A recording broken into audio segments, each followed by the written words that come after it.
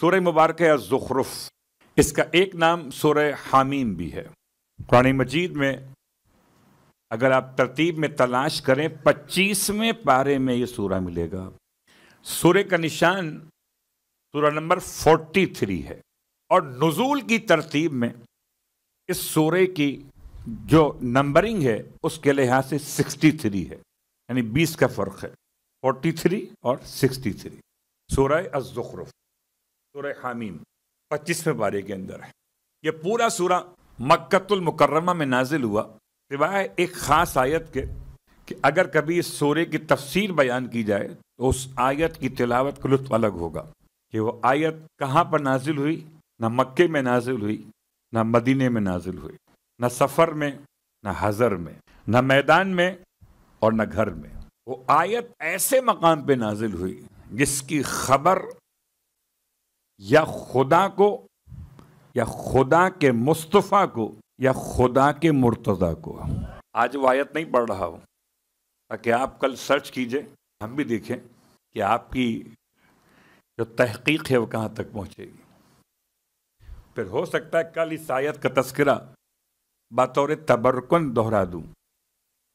میرا موضوع یہ آیت نہیں ہے، یہ سورے کی ذرا سی اہمیت کو بیان کرنے کا ایک طریقہ سمجھ رہا ہوں کہ اس بہانے ہی صحیح کبھی قرآن کی آیتوں میں آل محمد کے چہروں کو سمجھ لیجئے۔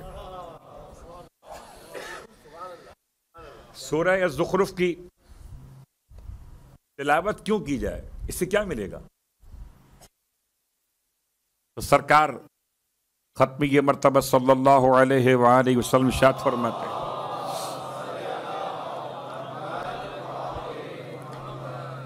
کہ جو شخص بھی سورہ زخرف کی تلاوت کرے گا، پروردگار عالم قیامت میں اس سے فرمائے گا، خدا بات کرے گا اس سے جو آج خدا سے بات کرے گا، بس جو طریقہ بات کرنے کا ہے مصطفیٰ نے بتایا ہے کہ یہاں سورہ زخرف پڑھو، تم خدا سے بات کرو، اور قیامت میں خدا تم سے بات کرے گا۔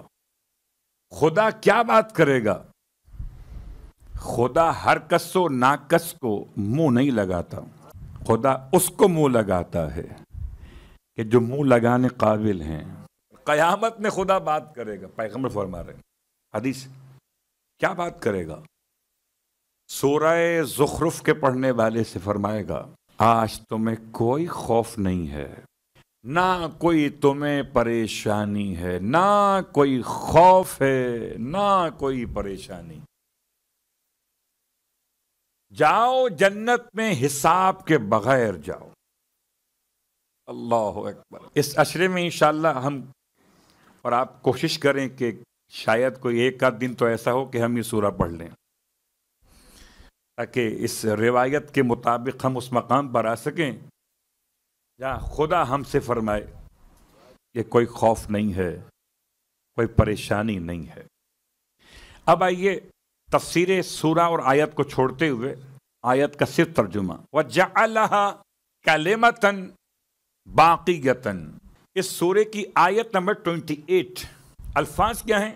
جَعَلَهَا، خدا نے اسے قرار دیا، اسے قرار دیا، کلمۃً باقیۃً، ایک ایسے کلمے کے طور پر جو ہمیشہ رہے گا، ایسے کلمے کے طور پر جو ہمیشہ رہے گا۔ کہاں پر رہے گا؟ فی عقبہ، اس کی نسل میں رہے گا۔ دونوں ضمیریں ہیں، اب جو با ضمیر ہیں وہ ضمیر کا مرجع پہچانیں گے، جو بے ضمیر ہیں انہیں سمجھ میں ضمیر نہ کبھی کل آئی تھی نہ آ جائے گی۔ صلوات پڑھے محمد و آل محمد۔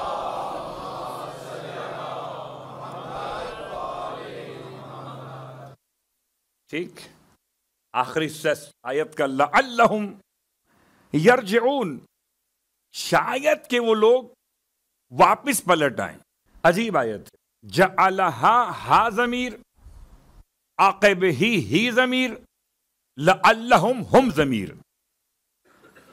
اور تینوں کے مرجع تلاش کیجئے آپ۔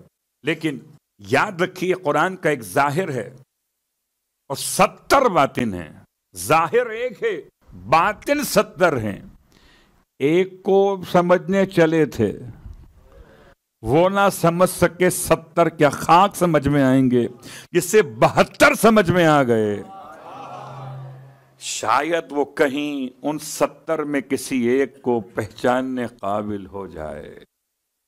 بڑی احتیاط سے جملہ استعمال کیا میں نے کہ دعویٰ بھی نہ ہو جائے اور مایوسی بھی نہ ہو جائے. 72 کو پہچانیں گے تو 70 میں کسی ایک تک تو پہنچیں گے. اب آئیے اس کا ایک باطن بیان کر رہا ہوں آپ کی خدمت مقدس میں. ظاہر تو میں نے بیان کر دیا. ظاہر کا مطلب کہ اس میں خدا نے حضرت ابراہیم علیہ السلام کے زمانے کا تذکرہ فرمایا کہ کلمہ توحید کو خدا نے قرار دیا ہے ابراہیم کی نسل میں. کلمہ توحید کو، شہادت وحدانیت کو خدا نے قرار دیا ہے کلمہ باقیہ بنا کر، ایسا کلمہ بنا کر جو ہمیشہ رہے گا ابراہیم کی نسل میں، کہ شاید کہ کبھی عام انسان پلٹنا چاہیں تو انہیں کلمہ نصیب ہو جائے. یہ اس کا ظاہر ہے. اب اس کا باطن بروایت امام جعفر صادق علیہ السلام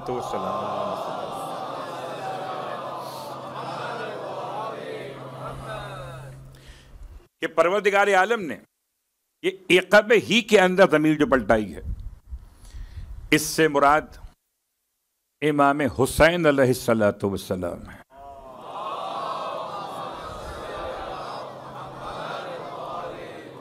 اور جعلہا میں جو ہا ضمیر ہے،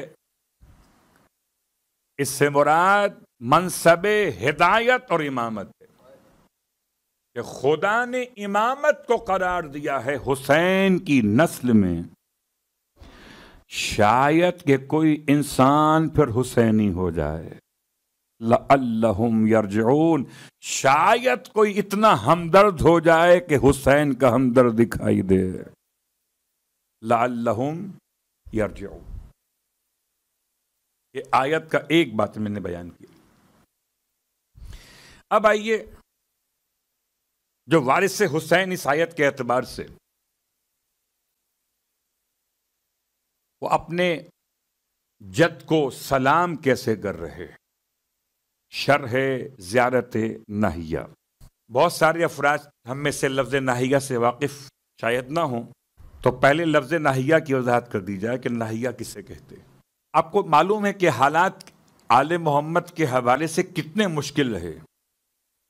اتنے مشکل رہے ہیں کہ ائمہ کو اصل ناموں سے پکارنا ممکن نہ تھا.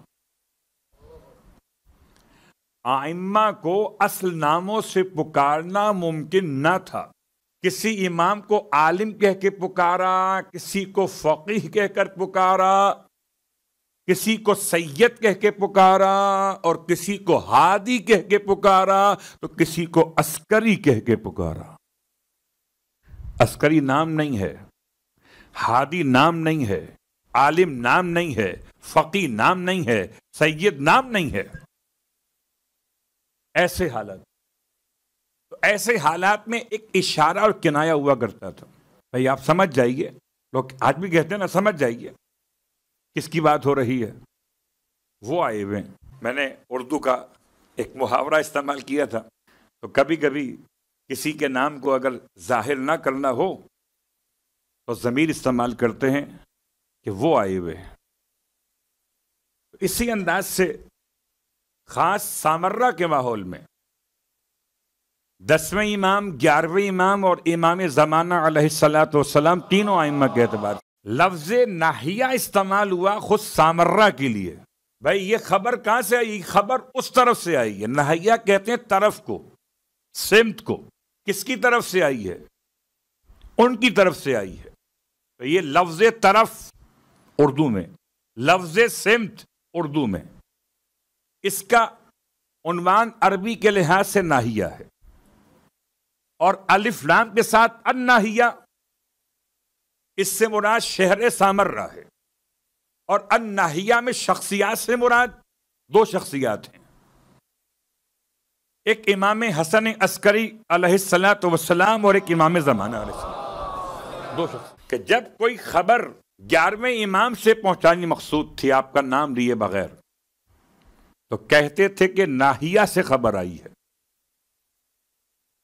جب کوئی خبر پہنچانا مقصود تھی امام حجت سے نام لیے بغیر، تو کہتے تھے کہ ناحیہ سے خبر آئی ہے۔ اب اتفاق یہ کہ زیارت ناحیہ بھی دو قسموں کی ہے۔ یہ قسم کا مطلب دو الگ الگ عبارتیں ہیں۔ ایک زیارت ناحیہ مشہورہ ہے اور ایک زیارت ناحیہ غیر مشہورہ ہے۔ اب لفظ غیر استعمال کر کے پریشان نہ ہوئیے، یہ غیر بھی اپنی ہے۔ کچھ غیر ہیں، کچھ غیر اپنے ہیں۔ تو لفظ غیر اردو والا اور ہے اور عربی والا اور ہے، اور یہ غیر کس کے مقابلے پر؟ مشہور کے مقابلے پر ہے۔ ایک مشہور ہے اور ایک غیر مشہور ہے، بالکل ایسے جیسے زیارت عاشورہ، مشہور اور غیر مشہور، ایسے زیارت ناحیہ، ایک مشہور ایک غیر مشہور۔ زیارت ناحیہ غیر مشہور کیا؟ پہلے سن لیجئے، ذرا سی تمہید ہے، ابھی ہم اس کے الفاظ پر آج شاید نہ پہنچ سکیں گے، آپ کی خدمت میں پیش کریں، ذرا سی تمہید مکمل ہو جائے۔ اور یہ تمہید اس لیے انشاءاللہ فائدہ مند ہوگی کہ ہو سکتا ہے کہ آنے والا کل، یعنی کل کا دن، امام زمان کا ظہور ہو جائے۔ زیارت ناحیہ غیر مشہورہ کا عنوان ہے زیارت شہدائے کربلا۔ اس میں امام نے ہر ایک شہید کا نام لے کر الگ ان شخصیات کو اس زیارت میں مخصوص طور پہ بیان کیا۔ جب کبھی مقتل سے کسی شخصیت کو سمجھنا ہو کہ آیا یہ کربلا کے شہیدوں میں شامل ہے کہ نہیں، تو کتب رجالیہ کے علاوہ ایک اور دلیل یہ بنتی ہے کہ آیا زیارت ناحیہ میں نام شامل ہے کہ نہیں۔ اگر زیارت ناحیہ میں نام شامل ہے، سمجھو کہ یہ شخصیت کربلا کے شہیدوں میں شامل ہے۔ اب آئیے، اتنے سے تعارف کے بعد یہ زیارت ناحیہ غیر مشہورہ، بعض کہتے ہیں یہ اصلاً غیر مشہورہ والی زیارت امام حسن عسکری علیہ الصلوۃ والسلام، لیکن جو زیارت ناحیہ مشہورہ ہے غالباً 10 محرم کو آپ نے یہ تلاوت بھی کی ہو، یہ مشہورہ ہے۔